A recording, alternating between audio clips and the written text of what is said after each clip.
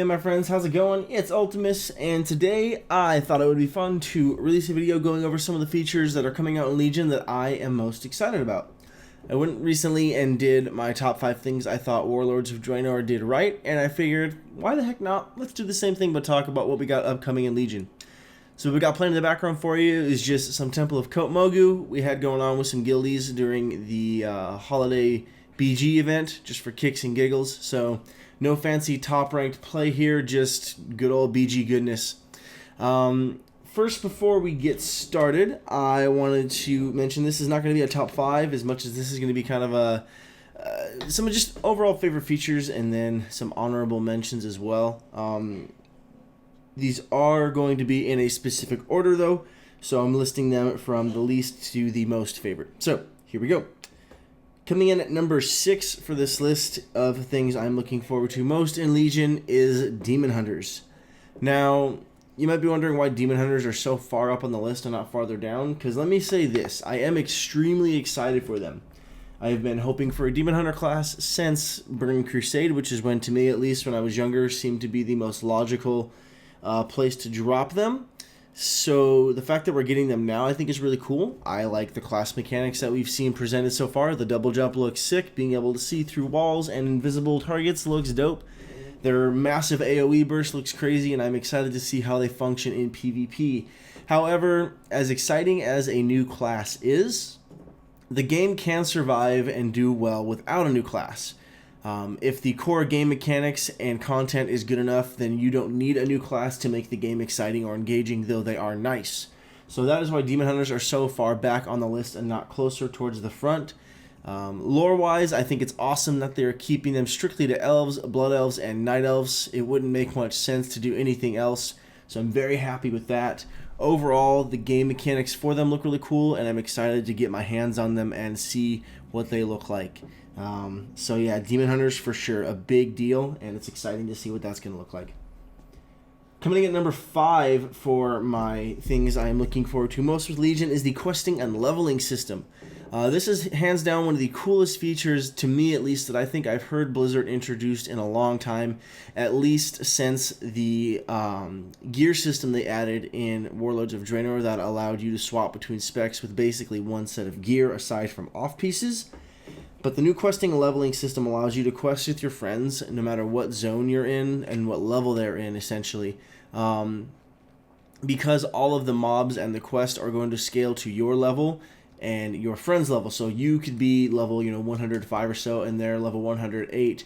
And you could be in the same zone doing the same quest together, hanging out, actually playing together, not being restricted by that 2-3 level gap or whatever you have between you guys, and therefore making it impossible for you to play. Because I feel like that's the story you hear so often from people, is they want to play together, but there's so many bars keeping them from playing together until they get to max level content. And it's as hard as it is, like, you'd think it'd be easier to get into an MMO and play with your friends. You really would, but it's difficult. At least for me it is. I don't know if it's just my playtime, the times I'm on, but it's not always easy to be able to sit down and play games with your friends. I don't know what it is. So stuff like this I think is really cool, and I'm glad that Blizzard has the technology and they're implementing it. So that alone is going to be a cool feature, and I am looking forward to it for sure. The fact that they're also letting world boss mobs run around too, so there's still going to be some level cap mobs running around throughout the zones as well, much like the Fel Reaver in Burning Crusade out in Hellfire Peninsula. I think the fact that they're leaving that in there is cool though as well. That way it's not just all easy mode, but there's still some of those imminent threats that you have to worry about, and so I think that kind of stuff adds a lot of quality of life and some good flavor to it. Coming in with number 4 for me is the adventure mode. Now this is pretty much just flat out copy and pasted from Diablo. Like, it's not even being presented as trying to say it's something new, and we're like, no, it's not, Blizzard, we know exactly what you're doing. It's just full on, like, they copy the entire format, even the map that they presented at BlizzCon and Gamescom. Looks exactly like the map and layout from Diablo. Now, if that's going to remain the same come Legion launch, that's yet to be seen. I wouldn't imagine them leaving it the same. I would actually kind of expect them to change it up and maybe look a little more Warcrafty, but that's neither here nor there. I really don't think that's actually that important. But literally the format is exactly the same as it is in Diablo. You go with friends, you go into these, what's very similar to rifts, and you complete the objectives for gear and rewards. And again, that's just one more instance of end game content. So now not only are we going to have, challenge modes, arenas, BGs, rated battlegrounds, raids, all the different difficulties there. We're going to have adventure mode now, which lets us and gives us another reason to get out there and just do stuff with our friends. And from what I was able to gather, it seems as though it's going to scale appropriately depending on how many people you bring with you into the Rift. We're just going to call it for lack of better terms. And so if I just want to go in there and do one with one friend of mine, cool. If I want to go in and do one with, 5 friends of mine or 4 friends of mine, I guess 5 wouldn't work out because I'm the 5th. Fifth wheel for life. No, I'm kidding. But yeah, I just think stuff like that is really cool because, again, it's so great in Diablo. It works. It's a ton of fun. And so there's no reason to really tweak it or change it unless there's feedback for it to be changed, if that makes sense. So just seeing that feature added in, I feel like, again, Legion is the expansion where Blizzard is taking absolutely all of the barriers and holdings off, and they're just going ham with it. They're just like, let's make the craziest, most fun expansion we can. Already we're seeing so much content proposed for Legion, far more than we've gotten with Warlords of Draenor. It's almost overwhelming trying to remember some of the stuff we're getting. So I'll probably do a list of honorable mentions as well at the end of this video if I have time, just because there's so much there. But yeah, that's why Adventure Mode is coming in at number 4 for me.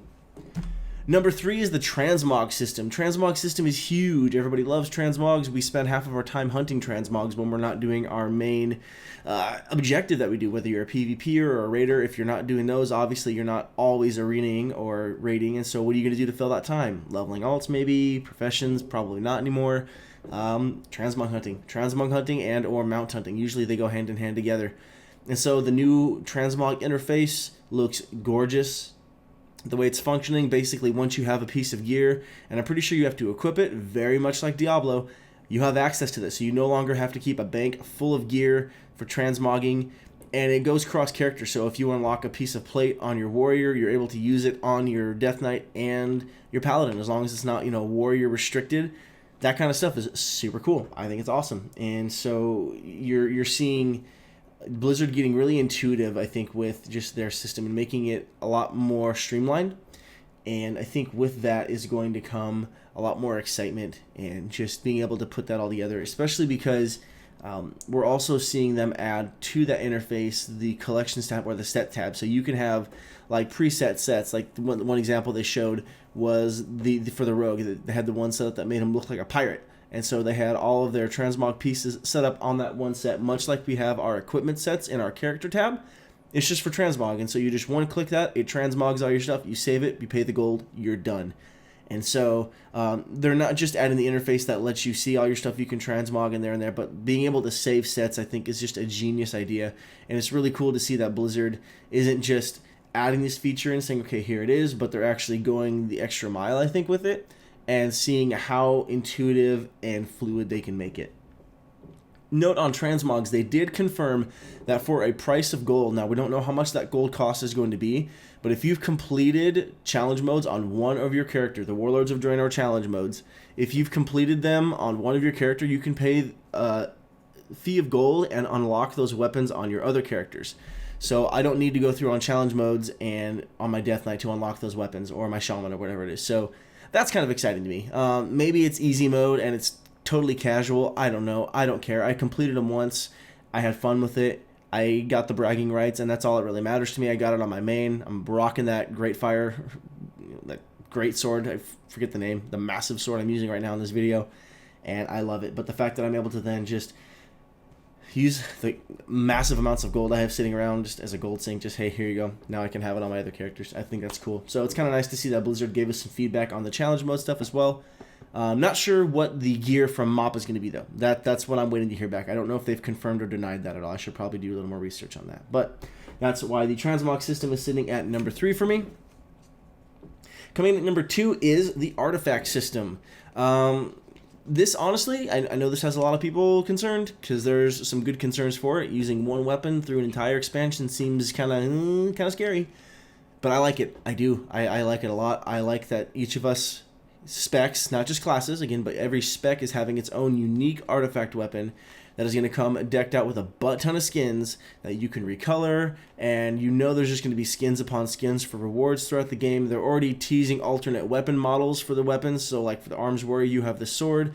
You might be able to make it look like an axe. We're able to transmog our weapon anyways if you just hate the way it looks. The different skin colors, all that stuff. Blizzard dropped a teaser for the Outlaw Rogue sword that looks like Thunder Fury. We've been confirmed that we're getting a corrupted Ashbringer skin for the Ret Paladin's Ashbringer. You know, Enhancement Shaman's getting Doomhammer. It's cool to have weapons that are so lore heavy. Whether it's pre-existing lore or lore that Blizzard just had to write originally for this expansion, it's cool, it's exciting, and I like that Blizzard has put so much effort into it. And I just like the fact that there's talents attached to it. So we're no longer being limited to just the standard talent tree, but now we're also going to have our PvP talent tree as well as our artifact weapon. So again, lots of little bits of customization there, it feels like, or just more things to spend. Obviously, by the end of the expansion, we're going to have all of our artifact weapons decked out anyway, so it's not honestly going to matter.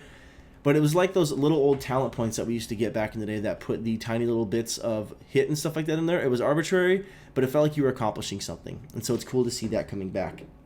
Last but not least on the list is class changes. Now, I'm not going to talk about this at length because I want to do a whole separate video on it, but the fact that so many classes are getting completely reworked to make them stand out from their other specs, I think is great. From rogues to warriors, demonology, warlocks, all that stuff. I think the changes they're proposing with so many of these classes is going to be a great thing. I'm excited to get my hands on so many of them. Shadow Priest alone, just stuff like that I just find to be very, very exciting because, again, whether Demon Hunters were coming into the game or not, those changes alone add a breath of fresh air to the game. And I think it's a long time coming, and it's nice to see that Blizzard is doing so much work on so many different classes and specs, not just one or two, but a lot of classes are being completely reworked, and I'm excited to see what that's going to do to the game and the life of the game as well. Alright guys, that's going to do it for this video. I hope you enjoyed it. If you did, please feel free to like, comment, and subscribe, and don't forget to let me know in that comment section some of the things and features that you are looking forward to most in Legion as well. But as always guys, I'll catch you next time.